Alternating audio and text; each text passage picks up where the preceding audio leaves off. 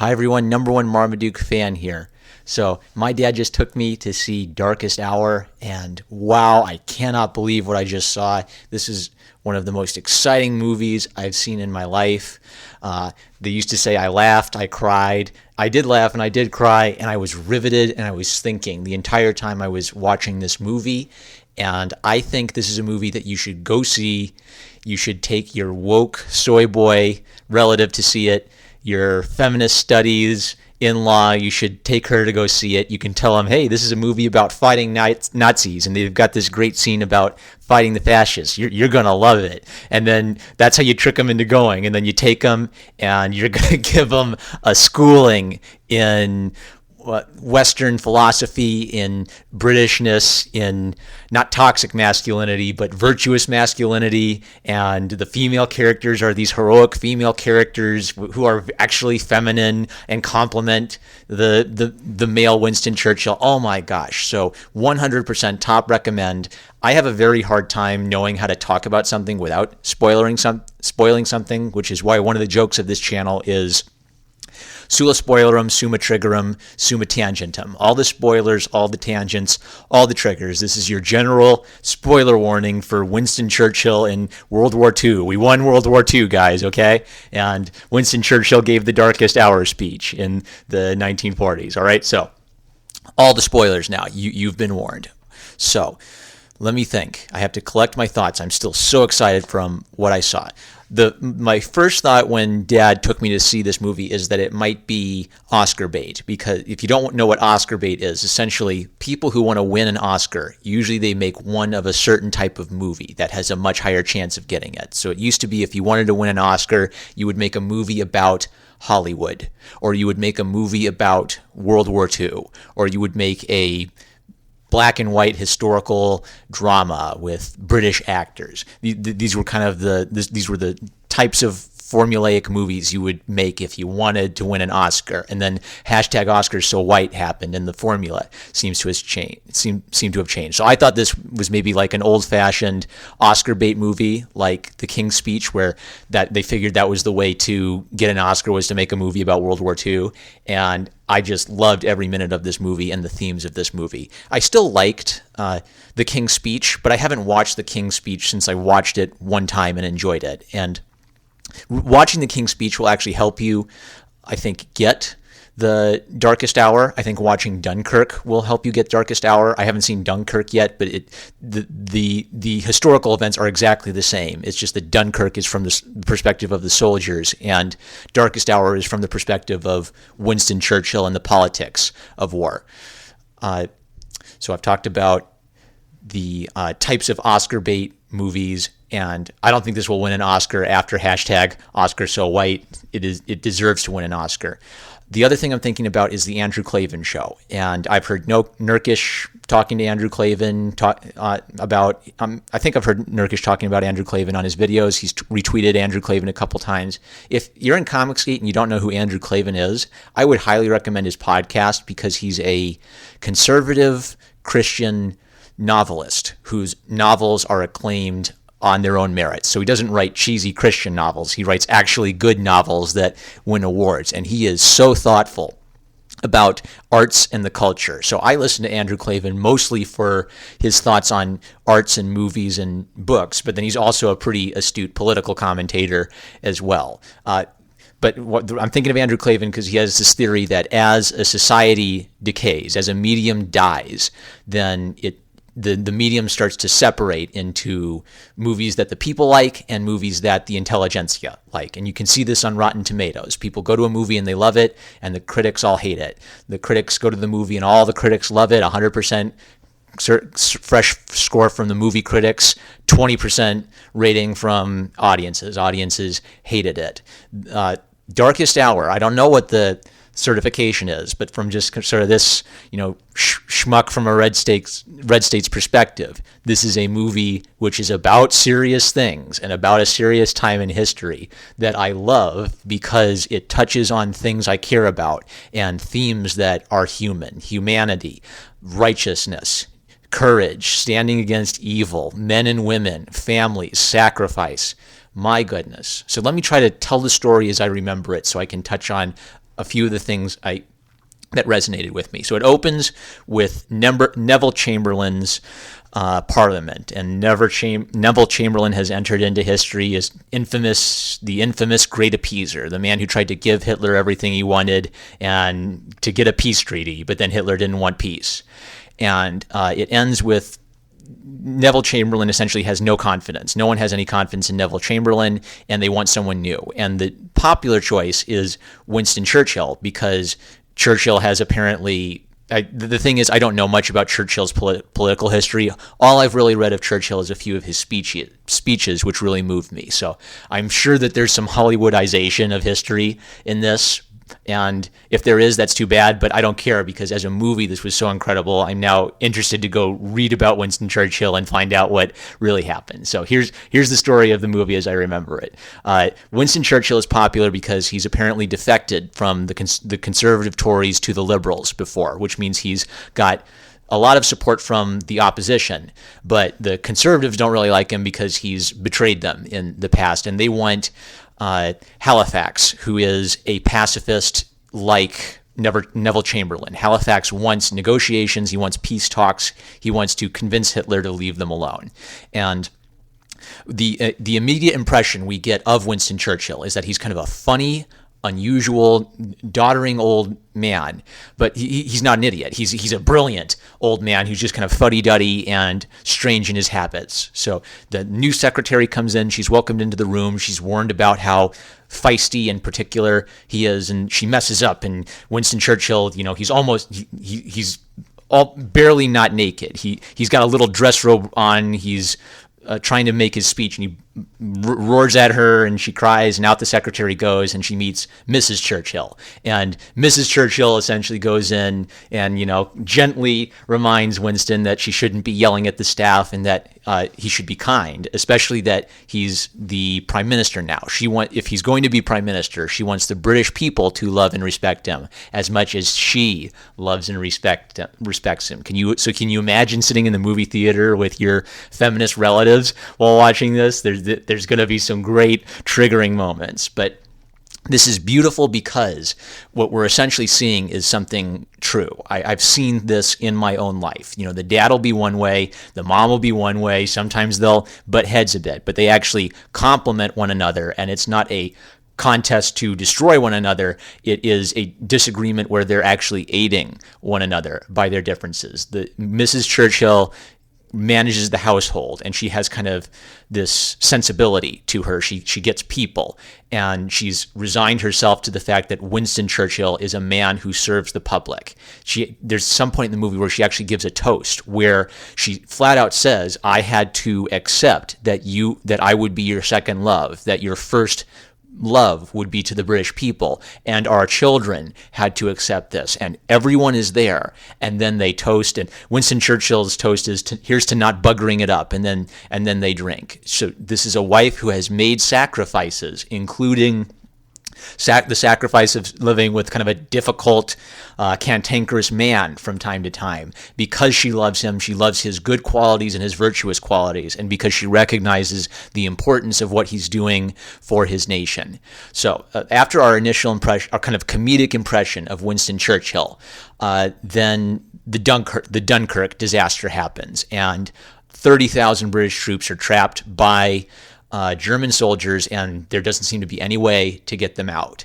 And I've talked in comics so much about comics that need to build their themes. If it's a comedic comic, it needs to start a little funny, and then it's got to build that joke to the climax. It's the maximum craziness that comedy can possibly go to, and that's the end of the story. If it's a story about Spider-Man, he's got to start with a little threat, and then that threat's got to get bigger and bigger until it's completely impossible to imagine how Spider-Man could get out of the situation, and then he overcomes it, and evil is defeated. So this movie follows that good storytelling convention because all the themes established in the early scenes continue throughout, and they're built and built and built. So one of the themes is that Winston Churchill's kind of a fuddy-duddy, but he's brilliant with his language. And as he is fighting against the pacifists, and he's convinced that Hitler will not be stopped, and the only way to stop Hitler is to tell Hitler, you will not walk over us. We will fight you. But as the pressures mount, and he starts feeling, he starts to doubt himself and doubt the wisdom of his decisions, because there are lives at stake. Thousands of young men are dying, and he's the one who's having to make decisions that are leading these young men to their deaths. He eventually reaches this point where he's with his secretary, and he just starts mumbling and muttering, and you hear Hitler's speeches playing in his head, and he can't find any words. He's stuck. And this is sort of Winston Churchill's personal crisis that he has to overcome, and before he can find the words he needs to rally the British people. There's this great theme where, man, I don't want to, well, yeah, Summa Spoilerum. So I've already warned you, Summa Spoilerum, so I'm going to spoil everything so I can talk about why I think this works as a story. In an early scene, he's talking to his cabbie. He's just been elected prime minister, and he tells a story about how he once tried to take the underground and got lost. He's never been on a bus before, so he's been shuffled around all his life as a politician, and he feels disconnected. And the king, at one point, he has this strained relationship with the king at first, and then the king, who also has a speech impediment like Winston Churchill does, gives him this counsel that he needs to go to the people. And Winston takes that, does this in his own way. So as he's writing his not taxi, whatever they call it, he's being chaperoned to the Parliament, and Winston gets impatient, and he gets off out of the car and starts walking to the underground. Now, this might have been like the Hollywoodized moment in the movie, but I have a feeling that even if it is Hollywoodized, there's probably at least a grain of truth in this scene. So while and it's the best scene in the entire movie. This is what ties the whole movie together and gives it its impact and ties up all its themes in a nice, pretty bow. So Winston Churchill's on the subway, and everyone's standing up and being polite to the prime minister, and they can't believe the prime minister's on the subway. And he starts telling self-deprecating jokes. A woman says, "My baby looks like you, prime minister," and he says, "Madam, all babies look like me." And he jokes about, what a kind of funny little fatso he is. Haven't you ever seen the prime minister on the subway before? And after he's sort of broken the ice a little bit and people are talking to him, he sort of asks them directly, well, how do you feel about the state of our nation? How would you feel if the Nazis were on our streets up there, and the people on the trolley say we would fight them? We'd fight the fascists with broom handles if we had to. And he asks a little girl, well, what if I told you that there were terms of surrender and they would leave us alone? Would you accept them? Never. And a little girl says never. And then Winston Churchill repeats that word, and it's like it clicks for him that never is the word he needs to use. And he starts quoting Shakespeare. I'm sure he was quoting Shakespeare, but I didn't know the reference off the top of my head because I've only read a few Shakespeare plays, but it is about death will come eventually, therefore you should fight. And as he's saying the quote, a black British citizen finishes the quote for Winston Churchill. And what I love about this is why your weird alt-right cousin needs to go see this movie as well, because from what I've seen from the alt-right, kind of Richard Spencer recruitment videos, their idea is that to be Western, to be European, is essentially to have a white identity. And if some of them will say this directly and others will say this obliquely. So Richard Spencer will do this weird video about how special it is to be European, and it's all lily white kids and how special you are. It's identity politics, and that's why I hate it. And so I could imagine some alt-right type getting triggered and saying, "Oh, how dare they show a black guy being like that? Being British, all that matters is race. Is our race. That's the only thing that matters to Western civilization." But what this movie is representing is that it's not race that's important. It's your philosophy and your virtue that's important. And a nation can have all variety of races who are committed to these ideals, these masculine, heroic, virtuous ideals, which say we are not going to appease someone who is trying to kill us. We are not going to offer terms of surrender to someone who wants to enslave us.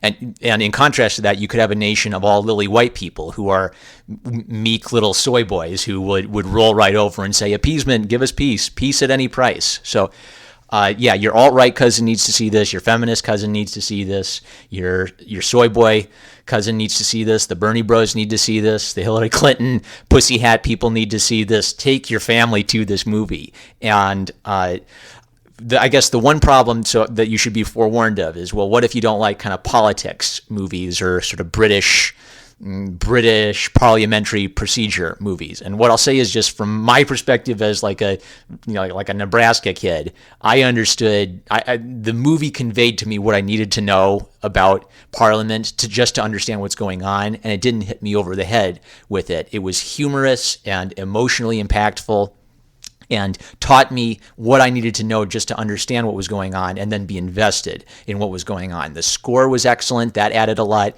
Oh, in comparison to comic books, this is sort of like one of those scenes in comic books where there are a bunch of talking heads, and so the artist needs to add dynamism to that scene with lots of great angles and excellent drawings, and that adds drama even if it's just a bunch of talking heads. So this isn't a popcorn movie where things are blowing up. They don't focus on they maybe show like one or two scenes, of the planes bombing the soldiers. There is almost no emphasis on the soldiers in this movie. Most of the emphasis is on the British people and the British Parliament and how they are trying to navigate this tense situation as they're on the brink of war and as the Nazi armies are at their footsteps, about to invade and blow up their very town. So the reason I want to advocate to you to go see this movie is this is the moral fiber that every good story needs. If you were to tell a fantasy story about fighting the orcs or something, or a space movie about fighting the aliens, these are the themes that you need to touch on. You need to touch on these themes of the desire for pacifism and to give up so that we survive, versus the desire to stop those who are trying to kill us, and teach the bully that if they're going to try to walk over us, we're not going to make it easy for them.